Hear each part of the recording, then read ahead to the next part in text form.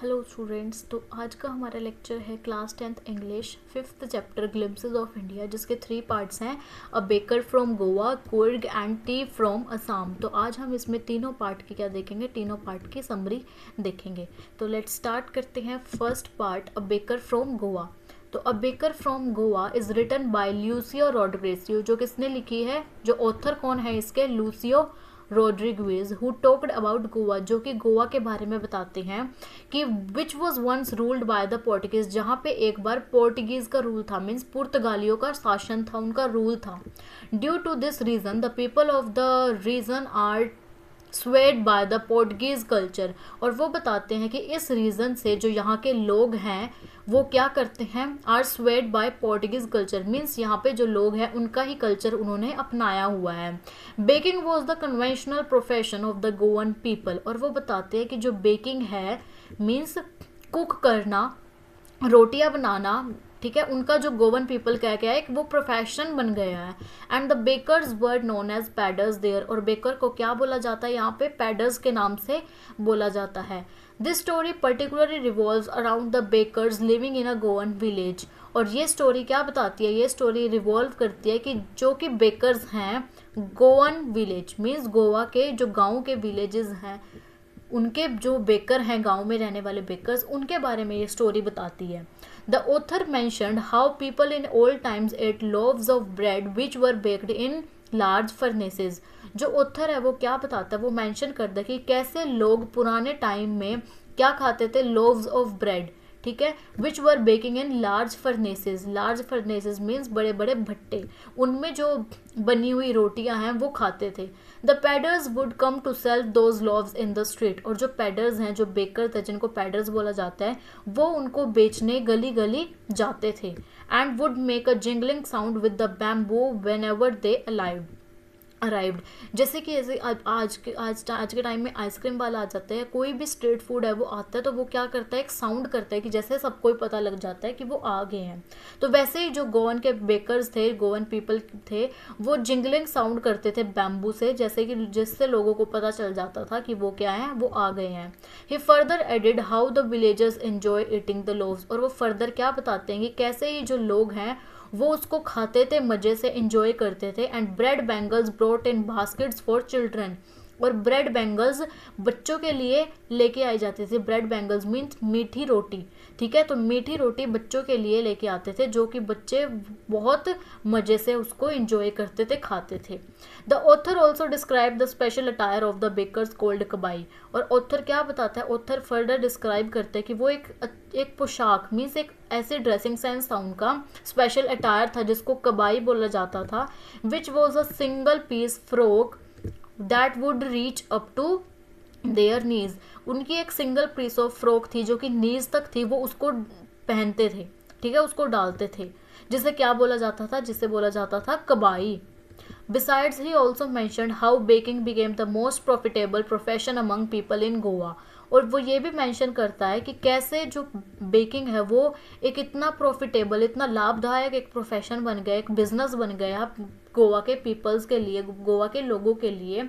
And many bakers led a prosperous life. और जो bakers हैं वो बहुत अच्छी अपनी ज़िंदगी, एक बहुत ही अच्छी खासी अपनी ज़िंदगी बिताने लगे। और जो उनकी अपीरियंस थी jackfruit like physical appearance, जो उनके एक मोटापन था, वो क्या बताता है, वो वैलिड टेस्टिमनी बताता है उनके वेलबींग का। मीन्स वो सच में ही उनका जो मोटापा है, उनकी फिजिकल अपीरियंस है, वो बताती थी कि हाँ, ये जो बेच के, मीन्स जो उनका बिजनेस चला, इनका प्रोफेशन था ब्रेड बैंगल्स का, जो लोव्स ऑफ ब्रेड जो वो बेचते थे, उनसे उनका एक प्रोफेशन, एक प्रॉफिटेबल वो बिजनेस बन गया था। और उनसे वो बताते हैं कि हाँ, ये सच में उनसे बेच के बहुत अच्छे, उनकी प्रोफीरियस लाइफ होगी, बहुत अच्छे खासे उसमें कमाने लगे हैं। तो मीन्स उनकी जो फिजिकल अपीयरेंस है वो बताती थी उनकी प्रोस्पीरियस लाइफ के बारे में।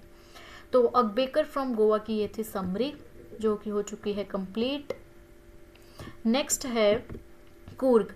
अब हम कूर्ग के बारे में पढ़ते हैं, जो कि क्या है, इसका सेकेंड पार्ट, ठीक है। तो Coorg is a story written by Lokesh Abrol. तो कुर्ग स्टोरी है वो किसने लिखी हुई है, written by Lokesh Abrol.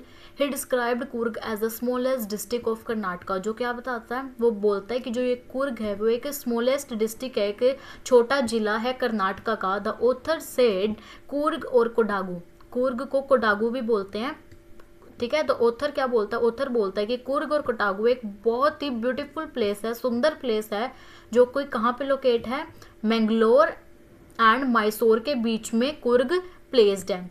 The heavenly city has evergreen forest species and coffee plantations as many tourist throng to this destinations from September to March every year. तो वो बताता है कि जो ये हेवनली सिटी है जो कि सारी तरफ से किससे घेरी हुई है, घने जंगलों से, स्पीशीज मीन्स मसालों से, एंड कॉफ़ी प्लांटेशंस, और यहाँ पे क्या है, कॉफ़ी की खेती होती है, प्लांटेशन, एंड मैनी टूरिस्ट की हर साल यहाँ पे लोग आते हैं छुट्टियों में, सितंबर टू मार्च में, ठीक है, घूमने के लिए।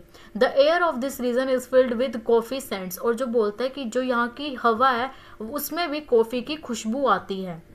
The people of this region are very independent and have some Greek or Arabic connections since the time a part of Alexander's army has settled here permanently। और ऑथर बताता है कि जो यहाँ के लोग हैं, यहाँ के पीपल है इस रीजन के, वो बहुत ही इंडिपेंडेंट हैं एंड हैव सम ग्रीक और अरेबिक कनेक्शन, मीन्स वो क्या है, इंडिपेंडेंट है और उनका एक ग्रीक और अरेबिक कनेक्शन भी है उस टाइम से जब यहाँ पे जो अलेक्जेंडर है, अलेक्जेंडर की आर्मी है, वो यहाँ पे परमानेंटली क्या हो गई थी, सेट हो गई थी, यहाँ पे रहने लग गई थी। They settled here and married the local people and the tradition consist to exist. वो बोलते हैं कि वो यहाँ पे जब सेटल हुए तो उन्होंने यहाँ पे मैरिड, शादी कर ली, और वैसे ही उसी ट्रेडिशन को, जो यहाँ पे अलेक्जेंडर्स का ट्रेडिशन था, वही ट्रेडिशन यहाँ पे चलता आ रहा है। The people of Coorg wear kuppia, और जो कुर्ग के लोग हैं वो क्या वियर करते हैं, kuppia, which is a long black coat, जो कि क्या है, एक लंबा काला कोट, that is quite similar to the ones worn by Arabs. और वो बताते हैं कि जो कि बहुत वैसा ही है जो कि अरब्स डालते थे, जिसे क्या बोला जाता है, कुपिया, एक लॉन्ग, एक लंबा black coat. Besides the Coorgi people are very brave, कि जो कुर्ग के लोग हैं वो बहुत बहादुर है, बहुत ब्रेव हैं। One of the most significant regiments in the Indian Army is the Kurg regiment, और one of the most significant regiment, Indian army का सबसे जो रेजिमेंट है वो क्या है, उसको कुर्ग रेजिमेंट बोला गया है, क्योंकि जो कि first Indian commander in chief थे इंडियन आर्मी में, ठीक है, इंडियन आर्मी में जो फर्स्ट क्या थे, फर्स्ट कमांडर इन चीफ, वो भी इसी रीजन से थे, was General Cariappa who hailed from this beautiful place, जो कि कहाँ से थे, कुर्ग प्लेस से थे।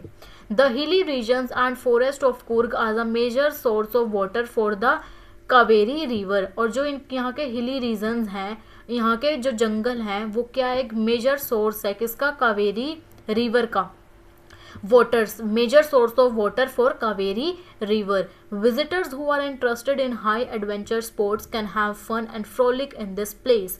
और जो visitors हैं जो यहाँ पे अब घूमने आते हैं उनके लिए कि यहाँ पे क्या एक एडवेंचर स्पोर्ट भी है, जो यहाँ पे बहुत मज़े करते हैं इस प्लेस पे, वो एडवेंचर स्पोर्ट्स भी कर सकते हैं यहाँ पे, and also explore the different type of animals particularly found in this region. और वो क्या एक्सप्लोर करते हैं, बहुत अलग अलग तरह के जानवर भी इस जो रीजन में है वो क्या है, मिलते हैं कुर्ग प्लेस में। तो ये थी कुर्ग की समरी। नेक्स्ट है टी फ्रॉम असम, ठीक है, टी फ्रॉम असम जो कि लास्ट पार्ट है इसका, थर्ड पार्ट। अब हम इसकी समरी देखते हैं। Tea from Assam is the story written by Arup Kumar Datta, जो कि किसने लिखी है, अरूप कुमार दत्ता ने।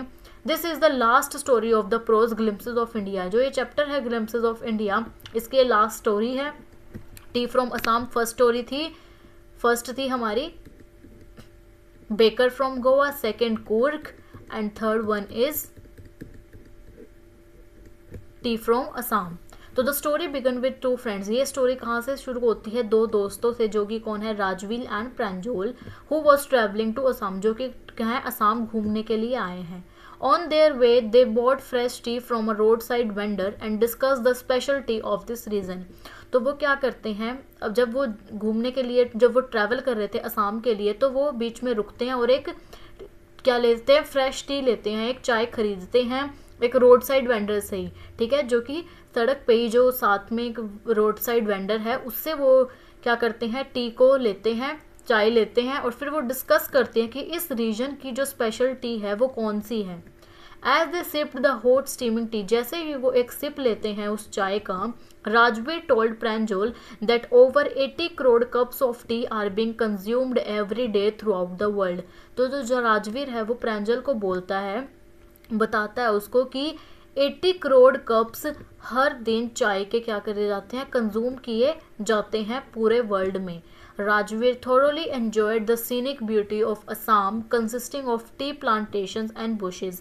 और जो राजवीर है वो क्या करता है, वो इंजॉय करता है असम की ब्यूटी को, जो असम का एनवायरनमेंट है, असम की जो सीनिक ब्यूटी है उसको क्या करता है, पूरा इंजॉय करता है। And consisting of tree plantation and bushes, जो झाड़ियाँ हैं, जो टी प्लांटेशन है, टी की खेती हुई है वहाँ पे, उसको पूरा क्या करता है, एक्सप्लोर करता है, उसको पूरा इंजॉय करता है उस ब्यूटी को। While Pranjol was engrossed in a detective book, और जो प्रैंजल है वो क्या है, एक बुक में उसको बुक को पढ़ रही है, उसमें खोई हुई है। Rajveer further explained to Pranjal about Assam as a place that is famous for having the largest tea plantations।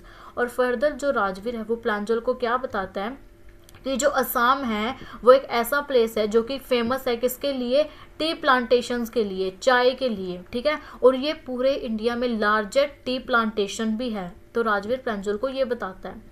However, no one knows the origin of tea in their region। और किसी को भी नहीं पता कि जो टी है वो आई कहाँ से, टी का ओरिजिन, सबसे पहले टी का ओरिजिन कैसे हुआ।